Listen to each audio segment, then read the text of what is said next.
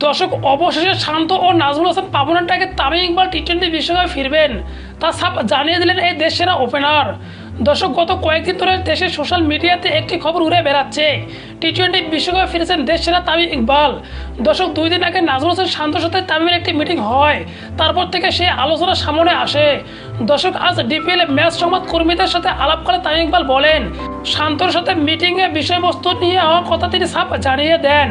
তামিম ইকবাল বলেন, সত্যি কথা বলতে যেহেতু আমার আর শান্তর একটা ক্লোজ আলোচনা হয়েছে, তা খুবই সুন্দর একটা আলোচনা হয়েছে।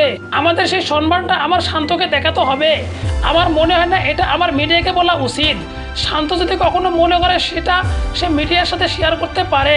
তবে অধিনায়ক শান্ত তামিমকে 3 ফরম্যাটে চায় কিনা এমন প্রশ্ন করলে তামিম ইকবাল জবাবে বলেন, সেটা সামনে দেখা যাবে। তবে আমার যা বলার আমি বিসিবিকে বলেছি।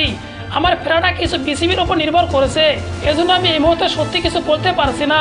তবে এখানে একটা জিনিস দেখেন, আমার মতো তামিম গেলে আরও তামিম জন্ম হবে।